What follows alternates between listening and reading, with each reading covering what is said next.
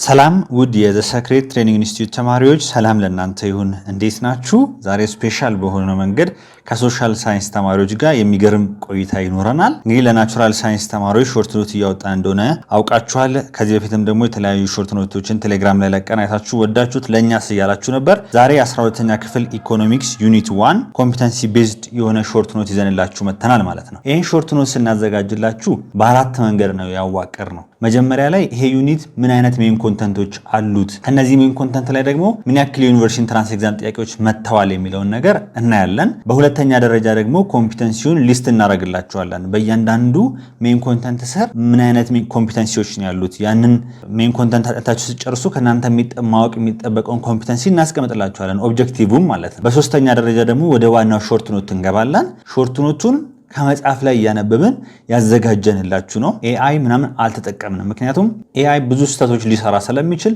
ይሄ የኢንትራንስ ጉዳይ ስለሆነ ለእናንተ በሚመጥን መንገድ በጥንቃቄ አዘጋጅተንላችኋል ማለት ነው። ሾርት ኖቱን ሶስተኛው ክፍል ይሆናል።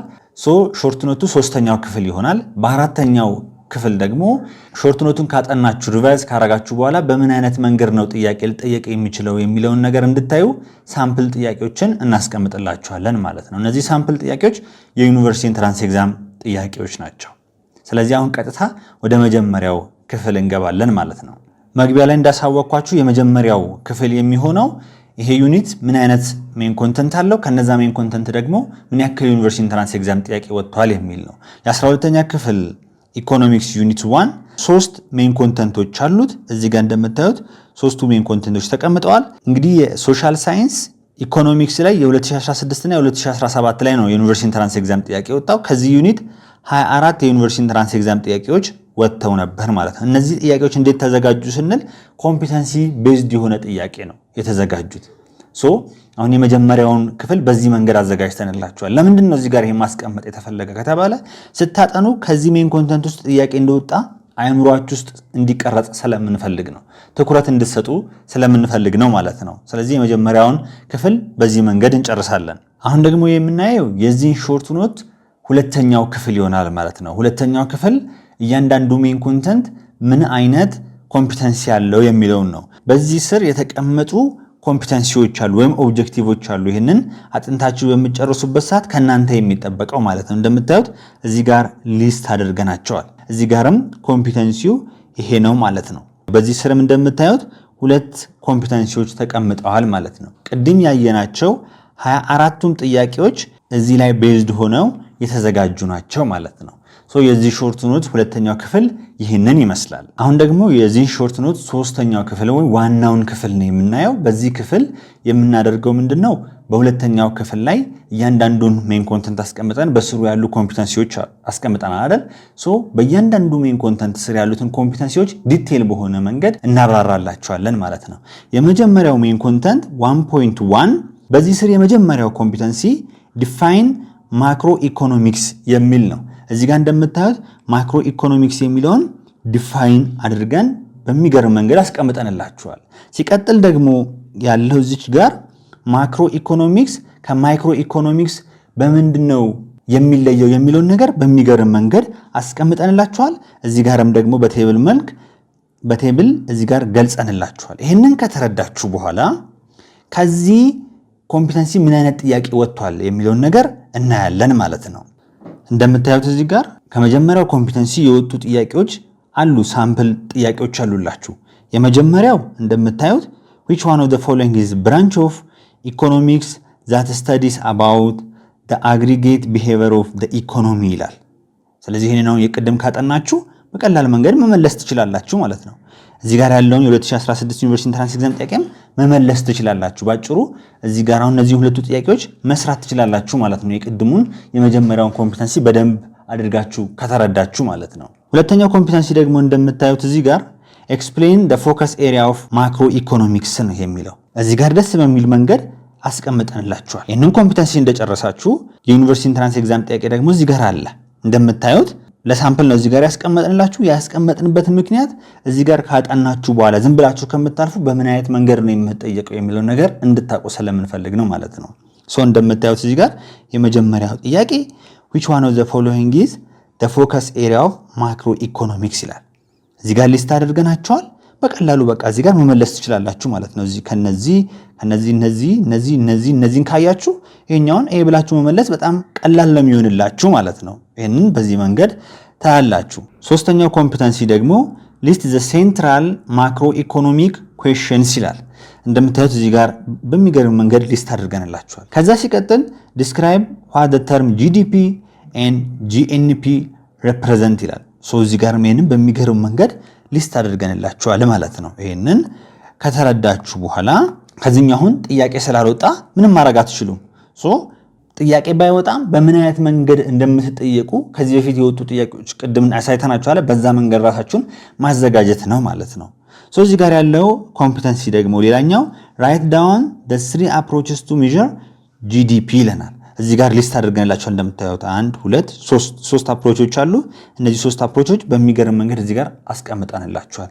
ሩል ሪማይንደርም ደግሞ አለ። ባጭሩ እንዴት አድርገን እናስታውስ የሚለውን እዚህ ጋር አስቀምጠንላችኋል። ይሄንን አጥንታችሁ ከጨረሳችሁ በኋላ ሳምፕል ጥያቄ ያለ እዚህ ጋር እንደምታዩት የ2016 በጣም ደስ የሚል ጥያቄ ነው። ይሄን ጥያቄ መመለስ የምትችሉት ይሄንን ካጠናችሁ በቀላሉ መመለስ ትችላላችሁ ማለት ነው። አለላችሁ ለዚህኛው አሁን የሚሆነው ኢንካም አፕሮች ነው። እዚህ ጋር አለላችሁ። ይሄንን ካነበባችሁ ይሄን ጥያቄ መስራት ትችላላችሁ። እናንተ ለቀጣይስ ከዚህ ሊወጣ ይችላል ጥያቄ ከዚህኛው ሊወጣ ይችላል። ስለዚህ ይሄን ዘንድሮ የወጣው ከዚህኛው ከሆነ ምናልባት ከዚህ ሊወጣ ይችላል ለእናንተ። ስለዚህ በዚህ መንገድ ደስ በሚል አቀራረብ አቅርበንላችኋል። በዚህ ወይ ትዘጋጃላችሁ ማለት ነው። ጊዜ እንዳልወስድባችሁ እያሳለፍኩ ላሳያችሁ። እዚህ ጋር እንደምታዩት ኤክስፕሌን ሪል ቨርሰስ ኖሚናል ጂዲፒ የሚላል እዚህ ጋር አብራርተንላችኋል። ሁለተኛው ሜን ኮንተንት ደግሞ እንደምታዩት 1.2 ኪ ቻሌንጅስ ኢን ማክሮ ኢኮኖሚክስ ነው። እዚህ ስር ያለው ኮምፒተንሲ አናላይዝ ዲፍረንት ቻሌንጅስ ኦፍ ማክሮ ኢኮኖሚክስ ነው። ቻሌንጆቹ እዚህ ጋር ተቀምጠዋል። እነዚህን አንድ በአንድ አብራርተንላችኋል። ምክንያቱም በዚህ ስር ያለው ኮምፒተንሲ አንድ ነው። እናንተ ዲቴል አድርጋችሁ ማብራራት መቻል አለባችሁ ማለት ነው። ኢኮኖሚ ግሮዝ ምንድነው የሚለውን ነገር፣ ኢንፍሌሽን፣ አንኤምፕሎይመንት፣ ቢዝነስ ሳይክል፣ ባላንስ ኦፍ ትሬድ የሚለውን ነገር በደንብ ማወቅ ስላለባችሁ ደስ በሚል መንገድ እዚህ ጋር አብራርተንላችኋል ማለት ነው። ኦኬ ይሄን እንደዚህ ካየን እንደምታዩት ነው። ይሄም ኢኮኖሚ ግሮዝ የቀጠለ ነው እንደምታዩት ነው። እዚህ ጋር ሳምፕል ጥያቄ ተቀምጦላችኋል። ሁለተኛው ኢንፍሌሽን ነው። ኢንፍሌሽንም እንደምታዩት በሚገርም መንገድ እዚህ ጋር አብራርተንላችኋል። ጥያቄ እንዴት እንደሚወጣ ላሳያችሁ። እዚህ ጋር እንደምታዩት ከኢንፍሌሽን የቀጠለ ኖት ነው ይሄኛው። ይሄንን አጥንታችሁ ከጨረሳችሁ በኋላ ሳምፕል ጥያቄ ይሄው እዚህ ጋር አለላችሁ። እንደምታዩት በቀላሉ መመለስ ትችላላችሁ ማለት ነው። ይሄኛው መመለስ ትችላላችሁ ካጠናችሁት ታገኙታላችሁ። ይሄን እንደዚህ መመለስ ትችላላችሁ ማለት ነው። ኦኬ እንደምታዩት ነው እንግዲህ እዚህ ጋርም ከኢንፍሌሽን ስር የቀጠለ ኢንፍሌሽን ኤንድ ኮንሱመር ፕራይስ ኢንዴክስ የሚል አለ። ይሄ ፎርሙላ አስቀምጠንላችኋል። ኤግዛምፕል አለ። እስከነ ሶሉሽኑ ያስቀምጠው እንዴት እንደሚሰራ ካያችሁ እዚህ ጋር የማትሪክ ጥያቄዎች ደግሞ አሉላችሁ። ሳምፕል ጥያቄዎች ማለት እነዚህ መስራት መቻል አለባችሁ። ሶስተኛው አንኤምፕሎይመንት የሚል ነው። እዚህ ጋር እንደምታዩት ደስ በሚል መንገድ ዲፊኒሽኑን አስቀምጠንላችኋል። እዚህ ጋርም እንደምታዩት ፎርሙላዎች አሉ፣ ታችም የተቀመጡ ዲፊኒሽኖች አሉ። እነዚህን ካያችሁ የማትሪክ ጥያቄዎች ደግሞ በቀላሉ መመለስ ትችላላችሁ ማለት ነው። ሳምፕል ኩዌስችንስ እዚህ ጋር አለላችሁ እንደምታዩት ይሄንን መስራት ትችላላችሁ ማለት ነው። በቀላሉ እንደምታዩት ነው። ኮምፒተንሲ ቤዝድ ነው ጥያቄዎች የሚወጡት። በዚህ መንገድ እኛ ማዘጋጅተንላችኋል።